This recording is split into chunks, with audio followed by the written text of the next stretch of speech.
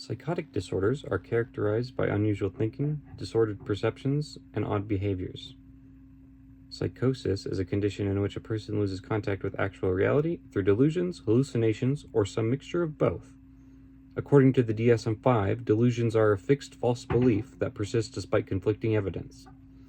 Hallucinations, on the other hand, are sensory experiences that occur without any external stimuli. There are four major types of delusions, including delusions of influence, persecutory delusions, delusions of grandeur, and somatic delusions. The 5 types of hallucinations are auditory, olfactory, gustatory, visual, and somatic. When discussing psychological disorders among homeless individuals, specifically psychotic disorders, it is crucial to contextualize the issue within the broader framework of the problem. These individuals face extreme socioeconomic hardship, including poverty, unemployment, or a lack of stable employment. This creates a lack of access to health care, including mental health treatment. Many individuals facing homelessness have histories of trauma, which can exacerbate existing mental health issues. Furthermore, substance abuse can be prominent among those individuals, as they may turn to drugs or alcohol as a coping mechanism, which in turn can worsen psychotic symptoms. Understanding the unique effects that psychotic disorders have on homelessness individuals is vital. Cognitive impairments associated with these disorders can severely impact daily functioning, making it harder for individuals to engage in essential activities, such as seeking employment or maintaining social relationships.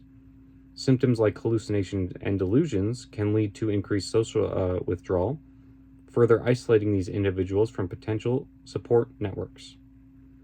Cognord et al. 2006 emphasized that about 1/3 of the homeless population seeking psychiatric help have a psychotic disorder.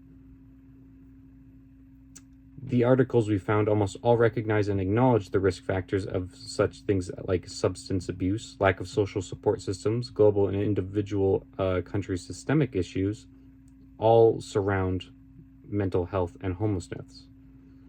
All of these methods attempting to provide change in issues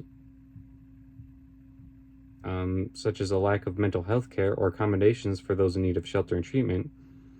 This can be seen in the large rates of homeless individuals measured by Ayano et al. 2019, with the rates around 21% of homeless individuals suffering from a psychotic disorder, and even higher rates such as 1/3 or around 32.7% in the Cognard et al. Article for those coming in for psychiatric help.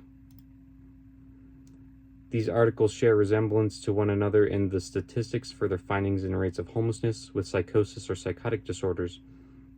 This, alongside such large statistics, show us that not only psychosis creates a risk of homelessness in the future, but also that homelessness is a cause of psychosis, being that it is not always the other way around. This can help break the mold to those unaware that not all homeless people have or are always suffering from a disorder, but that they often result in so due to many different factors. Those being stated in the article by Odell et al. And Levesque et al. 2020, such as high risk of substance abuse, having suffered from child abuse, a decrease in social or family support, and a lack thereof of effective professional support systems, whether it be stable housing or mental health treatment.